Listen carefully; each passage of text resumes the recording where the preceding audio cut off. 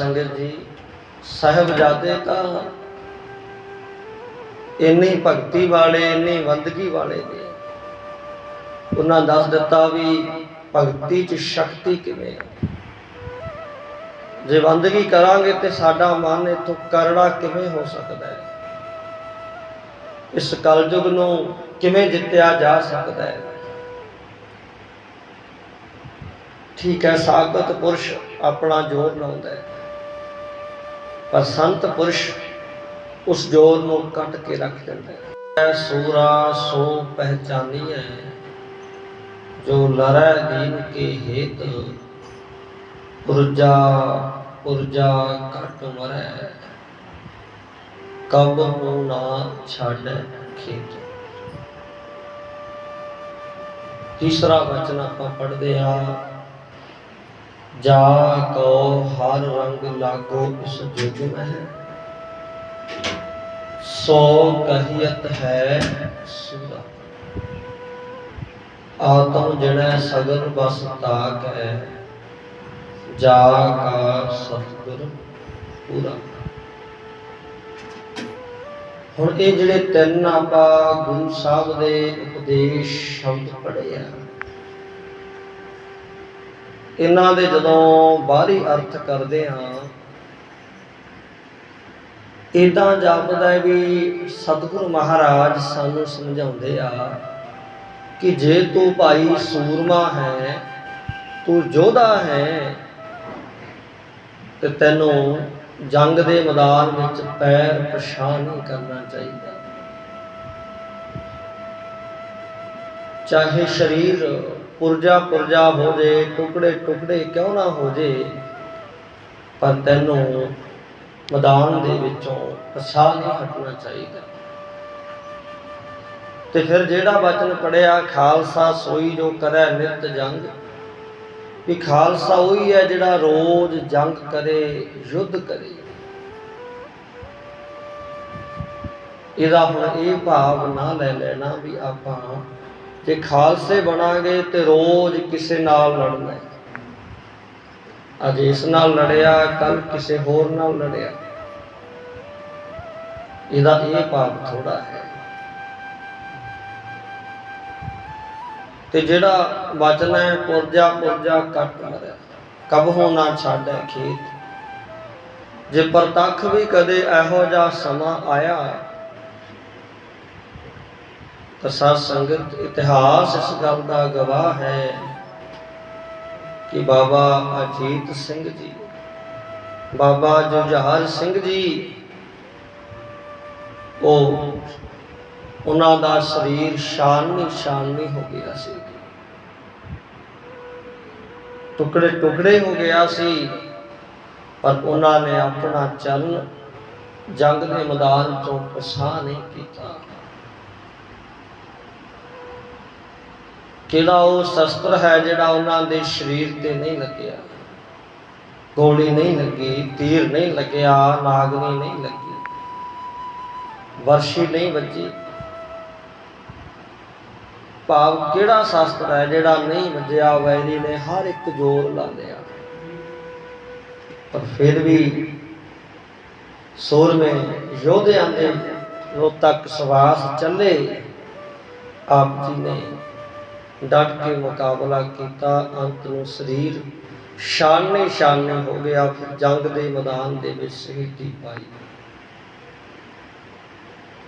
हुण ये हो गया साध संगत जी बाहरी जंग गुरु साहब दे दो साहिबजादियां ने बाहरी जंग करके दिखाया इदां करी रहे।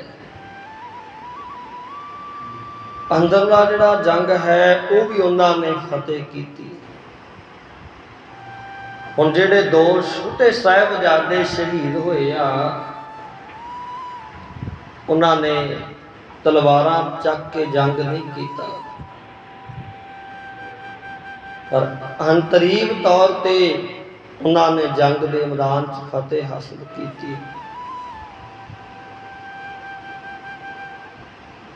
यही है ना जे को नाव ले बदनावी कल के लखन इत्थों आपां नूं समझना पएगा, सिक्ख्या लैनी पवेगी। कलयुग ने उन्हां नूं परास्त करन वास्ते, जितण वास्ते हर एक यतन कीता। किवें कीता? उन्हां नूं कह देना कि तुहाडे पिता जी वो भी शहीद हो गए, पर उन्हां दे अंदर दृढ़ निश्चा, विश्वास, भावना, सरदा कि साडा पिता केवल पिता नहीं, वो ते परमेश्वर है। ते परमेश्वर कदे संसार चों जाया नहीं करता। तुसीं किदां कहता भी तुहाडे पिता जी शहीद हो गए? परमेश्वर भी कदे शहीद होंदा है, उन्हां नूं कोई मार नहीं सकता। फिर कलयुग के अनुसार उन्होंने, क्योंकि 7 ते 9 साल कोई बहुती उम्र नहीं होंदी, बच्चा थोड़े जे खिडौने दे दिओ, थोड़ा जा खाण वास्ते चंगा पदार्थ दे दे, बच्चा लालच विच आ जाता है।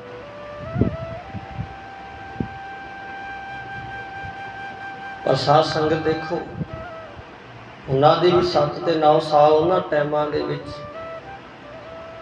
जो कोई 17-18 साल तक भी बच्चे भोले ही रहते सी, खेडते रहते सी, बालपन रहिंदा है।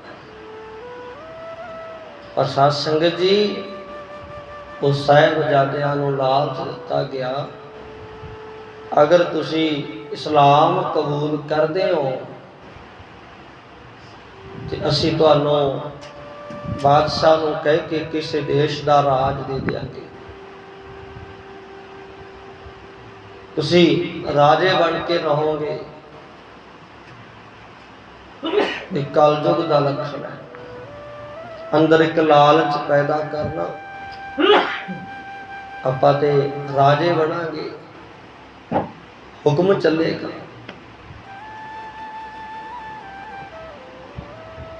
और साध संगत जी, धन्नो साहिबजादे, उन्होंने कहा सानू तुहाडे इस राज की लोड़ नहीं है। फिर उन्होंने लालच दिता, थोड़ी जी उम्र हो जाएगी तो तुहानू बादशाह दे कोल रखिया करांगे, जिहड़ा इस देश का बादशाह, जिथे हर तरह का ऐशो आराम रस कस सारा कुछ तुहानू मिलूगा। तुसी सारे तरह का सुख माणोगे ते तुहानू बेगमां दे रिश्ते करांगे। तुसी जिंदगी च बड़ा सुख माणोगे, धर्म कबूल कर लो। लाभ दिता गया बेगमां दे रिश्ते का, सोहने रसा कसा का, विषय विकारां का, क्योंकि दो ही इंद्रियां कलयुग दे विच वन दे सहित ने, ये साडी जीभा ते साध संगत गुप्त इंद्रिय,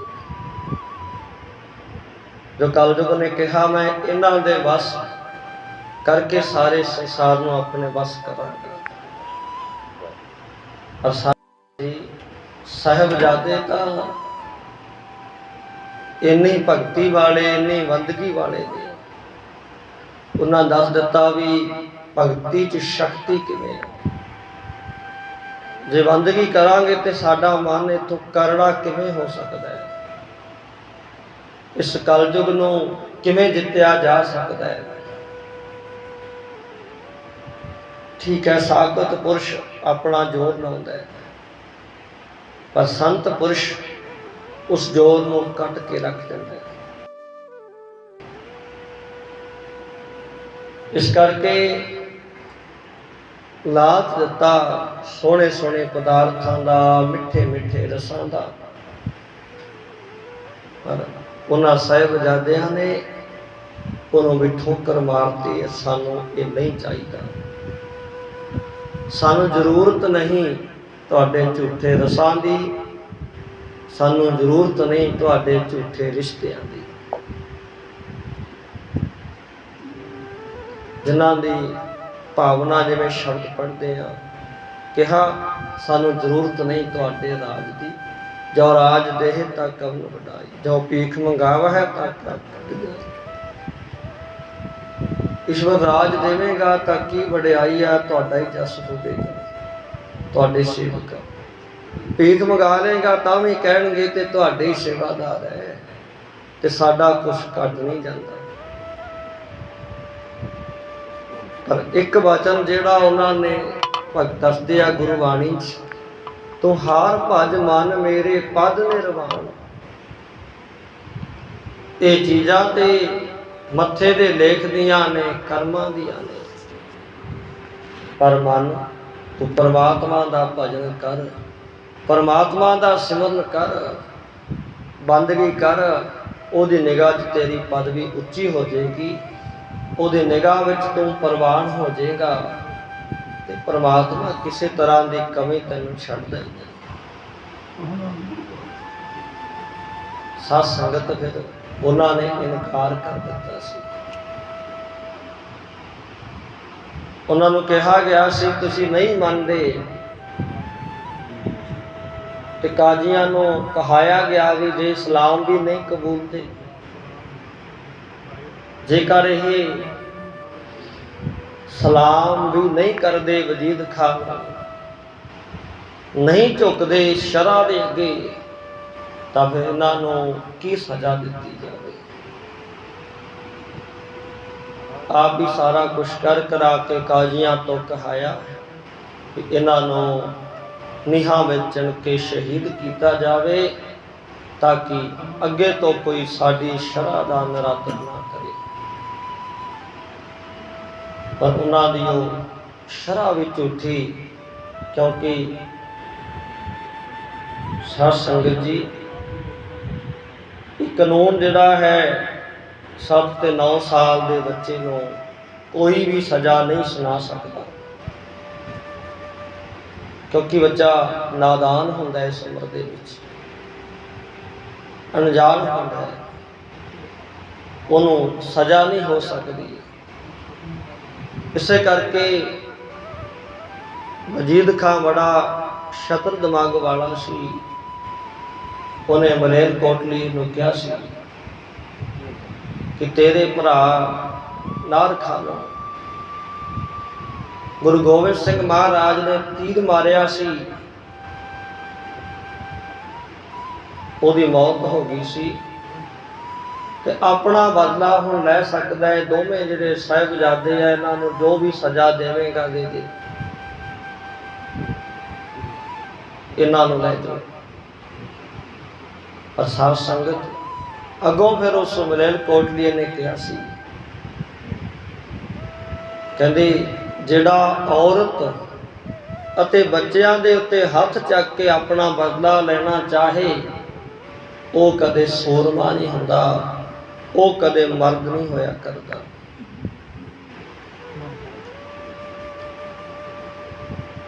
ਮੈਂ ਆਪਣਾ ਬਦਲਾ ਜ਼ਰੂਰ ਲਵਾਂਗਾ, ਪਰ ਇਹਨਾਂ ਬੱਚਿਆਂ ਤੋਂ ਨਹੀਂ, ਇਸ ਬਜ਼ੁਰਗ ਮਾਂ ਤੋਂ ਨਹੀਂ। ਜਿਸ ਦਿਨ ਗੁਰੂ ਗੋਬਿੰਦ ਸਿੰਘ ਮਹਾਰਾਜ ਮੇਰੇ ਸਾਹਮਣੇ ਆਉਣਗੇ, ਉਸ ਦਿਨ ਉਹਨਾਂ ਦਾ ਮੁਕਾਬਲਾ ਕਰਾਂਗਾ।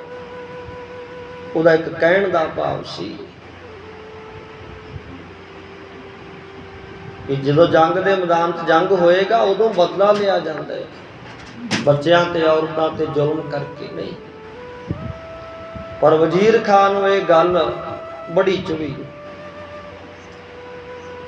ਕਿਉਂਕਿ ਸੱਚ ਕਹਿਣਾ, ਸੱਚ ਸਹਿਣਾ, ਸੱਚ ਦੇ ਵਿੱਚ ਰਹਿਣਾ ਇਹ ਔਖਾ ਹੈ। ਇੰਨੀ ਸਭਾ ਦੇ ਵਿੱਚ ਸੱਚ ਕਹਿ ਦੇਣਾ ਵਜ਼ੀਰ ਖਾਨ ਨੂੰ ਗੁੱਸਾ ਤੇ ਬਹੁਤ ਆਇਆ ਸੀ, ਪਰ ਕੁਝ ਕਰ ਨਹੀਂ ਸਕਿਆ, ਕੁਝ ਕਹਿ ਨਹੀਂ ਸਕਿਆ। ਅਖੀਰ ਫਿਰ ਜਿਹਦਾ ਨਾਮ ਹੈ ਸੱਚਾ ਆਨੰਦ, ਉਹਨੂੰ ਝੂਠਾ ਆਨੰਦ ਕਿਹਾ ਜਾਂਦਾ ਹੈ। ਉਹਨੇ ਇਹੀ ਕਿਹਾ ਸੀ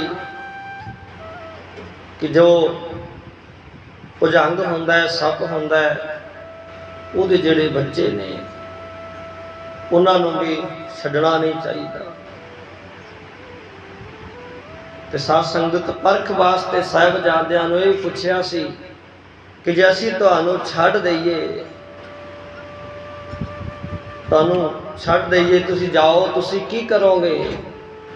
ਤੇ ਸਾਹਿਬਜ਼ਾਦਿਆਂ ਨੇ ਉਹੀ ਬਚਨ ਉਚਾਰਨ ਕੀਤਾ, ਤੁਸੀਂ ਜੇਕਰ ਸਾਨੂੰ ਛੱਡ ਵੀ ਦਿਓਗੇ, ਅਸੀਂ ਫਿਰ ਤੋਂ ਜਾ ਕੇ ਫੌਜ ਤਿਆਰ ਕਰਾਂਗੇ, ਫਿਰ ਤੋਂ ਜਾ ਕੇ ਸੰਗਤਾਂ ਨੂੰ ਸਮਝਾਵਾਂਗੇ, ਸੁਚੇਤ ਕਰਾਂਗੇ, ਤੇ ਤੁਹਾਡਾ ਜਿਹੜਾ ਅਨਿਆਈ ਰਾਜ ਹੈ, ਪਰਜਾ ਦੇ ਨਾਲ ਅਨਿਆਂ ਕਰਦੇ ਹੋ, ਪਰਜਾ ਨੂੰ ਦੁੱਖ ਦਿੰਦੇ ਹੋ, ਗਰੀਬ ਗਊ ਨੂੰ ਦੁੱਖ ਦਿੰਦੇ ਹੋ, ਤੁਹਾਡੇ ਇਸ ਜ਼ੁਲਮ ਦੇ ਵਿਰੁੱਧ ਅਸੀਂ ਤਲਵਾਰ ਉਠਾ ਕੇ ਫਿਰ ਤੁਹਾਡੇ ਨਾਲ ਇੱਕ ਦਿਨ ਜੰਗ ਕਰਾਂਗੇ। ਇਸੇ ਕਰਕੇ ਉਹ ਫਿਰ ਝੂਠਾ ਆਨੰਦ ਨੇ ਕਿਹਾ ਸੀ ਕਿ ਜੋ ਭੁਜੰਗ ਹੈ, ਉਹਦੇ ਜਿਹੜੇ ਬੱਚੇ ਨੇ ਉਹ ਵੀ ਭੁਜੰਗੀਏ ਨੇ। ਭਾਵ ਜਿਵੇਂ ਆਪ ਸੱਪ ਹੁੰਦਾ ਹੈ, ਤੇ ਸਾਧ ਸੰਗਤ ਉਹਦੇ ਜਿਹੜੇ ਬੱਚੇ ਨੇ ਉਹ ਵੀ ਅਗਾਹਾਂ ਸਪੋਲੀਏ ਹੁੰਦੇ ਨੇ। ਇਹ ਸਾਧ ਸੰਗਤ ਆਪਾਂ ਨਹੀਂ ਕਹਿ ਸਕਦੇ ਸ਼ਬਦ, ਪਰ ਉਸ ਝੂਠਾ ਆਨੰਦ ਨੇ ਕਿਹਾ ਸੀ ਵੀ ਅਗਾਂਹ ਜਾ ਕੇ ਫਿਰ ਇਹਨਾਂ ਨੇ ਸਾਡੇ ਨਾਲ ਜੰਗ ਲੜਨਾ ਹੈ। ਇਹਨਾਂ 'ਚ ਕਿਹੋ ਜਿਹੀ ਸੂਰਵੀਰਤਾ ਭਰੀ ਹੋਈ ਆ, ਕਿਹੋ ਜਿਹੀ ਇਹਨਾਂ ਦੇ ਵਿੱਚ ਇੰਨੀ ਤਾਕਤ ਹੈ, ਜਿਹੜੇ ਸਾਡੇ ਏਡੇ ਵੱਡੇ ਰਾਜ ਦੇ ਅੱਗੇ ਝੁਕ ਨਹੀਂ ਰਹੇ, ਤੇ ਮੌਤ ਤੋਂ ਇੱਕ ਛਿਣ ਭਰ ਡਰ ਨਹੀਂ ਰਹੇ, ਤੇ ਸਾਡੇ ਸਾਹਮਣੇ ਜੋ ਵੀ ਆਉਂਦਾ ਉਸੇ ਤਰ੍ਹਾਂ ਜਵਾਬ ਦੇਈ ਜਾਂਦੇ ਨੇ। ਬੜੇ ਬੜੇ ਸੂਰਮੇ ਦੇਖੇ ਆਪਾਂ ਕੈਦ ਕਰਦੇ ਆ, ਪਰ ਏਦਾਂ ਨਹੀਂ ਕੋਈ ਬੋਲਦਾ, ਡਰ ਜਾਂਦਾ ਜਦੋਂ ਕਹਿ ਦਿੰਦੇ ਆ ਭਾਈ ਤੜ ਤੋਂ ਸਿਰ ਵੱਖਰਾ ਹੋ ਜਾਊਗਾ। ਇਹ ਡਰ ਨਹੀਂ ਰਹੇ, ਪਰ ਉਹਨਾਂ ਨੂੰ ਕੀ ਪਤਾ ਇਹ ਭਜਨ ਦੀ ਤਾਕਤ, ਇਹ ਬੰਦਗੀ ਦੀ ਤਾਕਤ, ਇਹ ਸਾਧ ਸੰਗਤ ਕਰਨ ਦੀ ਤਾਕਤ ਕਿੰਨੀ ਹੁੰਦੀ ਆ। ਮਨ ਇੰਨਾ ਤਾਕਤਵਰ ਹੋ ਚੁੱਕਿਆ ਹੈ, ਇਹਦੇ ਸਾਹਮਣੇ ਰਾਜ ਦਾ ਲਾਲਚ, ਬੇਗਮਾਂ ਦਾ ਲਾਲਚ, ਦੁਨੀਆ ਵਿੱਚ ਜੀਵਨ ਲੰਮੀ ਉਮਰ ਦਾ ਲਾਲਚ ਕੁਛ ਕਰ ਨਹੀਂ ਸਕਦਾ। ਇਹ ਹੀ ਹੈ ਸਾਧ ਸੰਗਤ ਖਾਲਸਾ ਸੋਈ ਜੋ ਕਰੈ ਨਿਤ ਜੰਗ, ਉਸ ਸਮੇਂ ਜੰਗ ਸ਼ੁਰੂ ਹੋਈ ਅੰਦਰ ਦੀ। ਇੱਕ ਪਾਸੇ ਲੋਭ ਲਹਿਰ ਅਤ ਨੀਜਰ ਵਾਜੈ, ਕਾਇਆ ਡੂਬੈ ਕੇਸਵਾ ਲੋਭ ਦੀਆਂ ਲਹਿਰਾਂ ਨੇ। ਪੰਜ ਵਿਕਾਰ ਆਉਂਦੇ ਆ, ਦੂਜੇ ਪਾਸੇ ਸਤ ਸੰਤੋਖ ਦਇਆ ਧਰਮ। ਇਹ ਮਨ ਚ ਆਉਂਦਾ ਹੈ ਆਪਾਂ ਸੱਚ ਬੋਲਣਾ ਹੈ, ਸੰਜਮ ਰੱਖਣਾ ਹੈ, ਸੰਜਮ ਦੇ ਵਿੱਚ ਰਹਿਣਾ। ਜਿੰਨਾ ਕੁ ਪਰਮਾਤਮਾ ਜੀਵਨ ਦੇਗਾ ਉਨੇ 'ਚ ਹੀ ਰਹਿਣਾ। ਦਇਆ ਆਪਾਂ ਦਇਆ ਕਰਨੀ ਹੈ। ਧਰਮ ਆਪਣੇ ਸਿੱਖ ਧਰਮ ਦੇ ਵਿੱਚ ਪਰਪੱਕ ਰਹਿਣਾ, ਜੋ ਵੱਡਿਆਂ ਨੇ ਸਿਖਾਇਆ ਉਹਦੇ 'ਚ ਪਰਪੱਕ ਰਹਿਣਾ। ਇਸ ਕਰਕੇ ਸਾਧ ਸੰਗਤ ਜੀ, ਤੇ ਨਾਲ ਇਹ ਵੀ ਬਚਨ ਉਸ ਸਮੇਂ ਉਹ ਸਭਾ ਵਿੱਚ ਕਹੇ ਕਿ ਜੇਕਰ ਸਾਡੇ ਦਾਦਾ ਜੀ ਦਿੱਲੀ ਦੇ ਵਿੱਚ ਜਾ ਕੇ ਚਾਂਦਨੀ ਚੌਕ ਵਿੱਚ ਸ਼ਹੀਦ ਹੋਏ, ਤੇ ਮਾਨੋ ਉਹਨਾਂ ਦਾ ਜਿਹੜਾ ਇਹ ਖੂਨ ਸੀ ਡੁੱਲਿਆ, ਉਹ ਮਾਨੋ ਤੁਹਾਡੇ ਤੁਰਕ ਰਾਜ ਦੀਆਂ ਜੜ੍ਹਾਂ ਵਿੱਚ ਜਿਵੇਂ ਕੋਈ ਤੇਲ ਪੈ ਜਾਂਦਾ ਹੈ, ਇੱਦਾਂ ਪਵੇਗਾ, ਤੁਹਾਡੀਆਂ ਜੜ੍ਹਾਂ ਸੜਨਗੀਆਂ।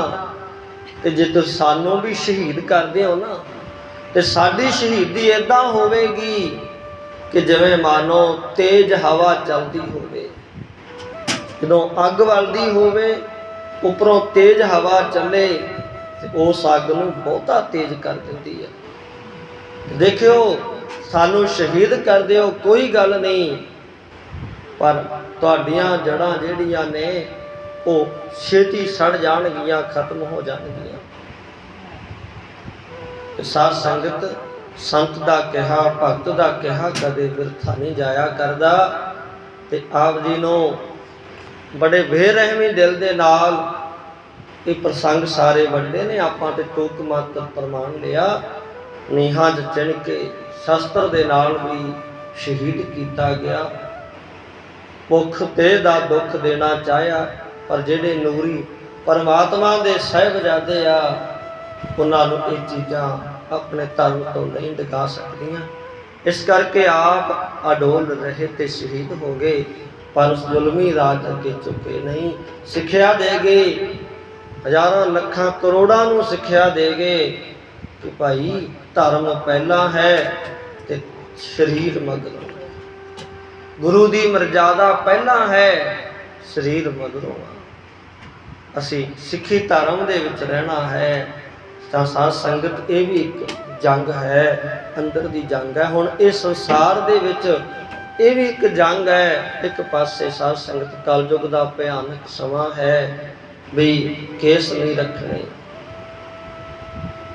आ मर्यादा नहीं रखनी, एक पासे ये है। एक पासे जंग है दूसरी शुभ गुणा दी, गुरबाणी दा प्रचार है, गुरबाणी दी सिक्ख्या है, भाई केस रखो।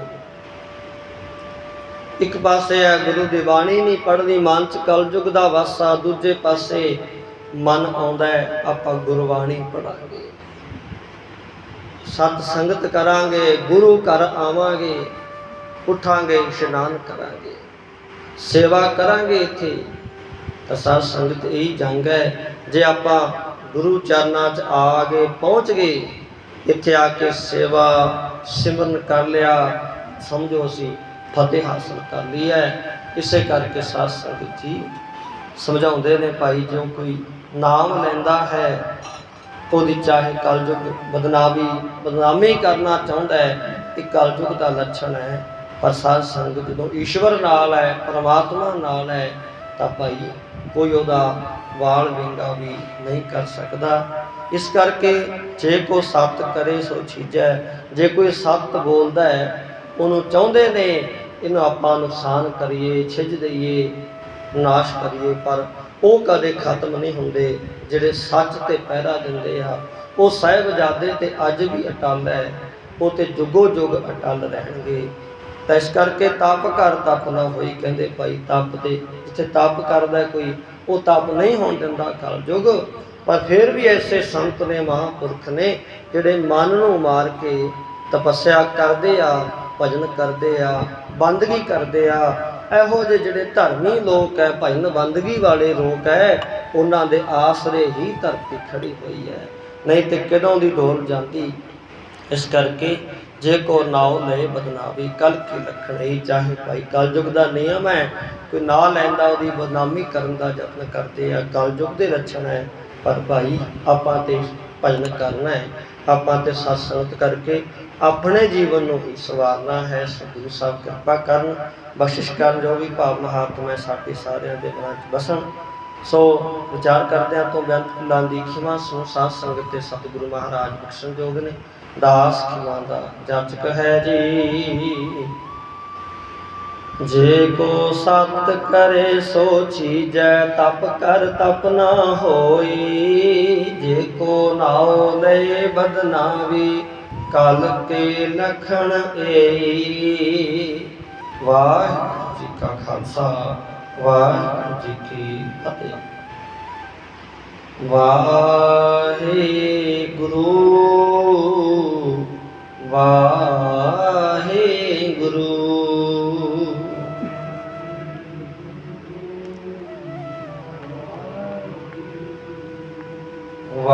वाहिगुरू वाहिगुरू।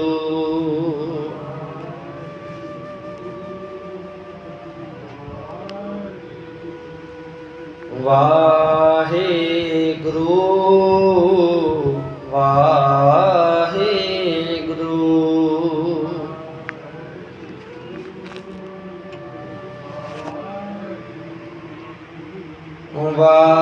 वाहिगुरू वाहिगुरू।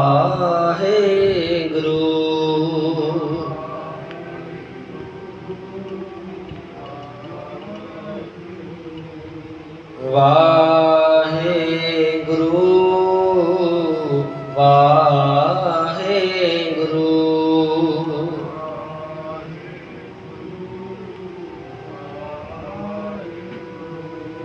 ਵਾਹਿਗੁਰੂ ਵਾਹਿਗੁਰੂ ਵਾਹਿਗੁਰੂ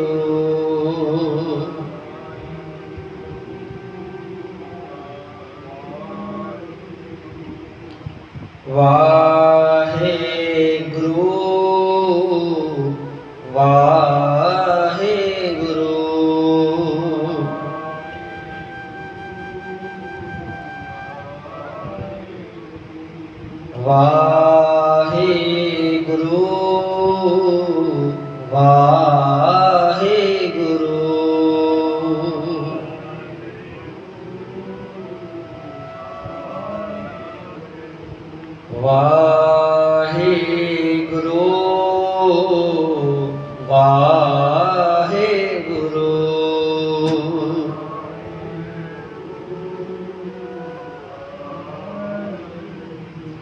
ਵਾਹਿਗੁਰੂ ਵਾਹਿਗੁਰੂ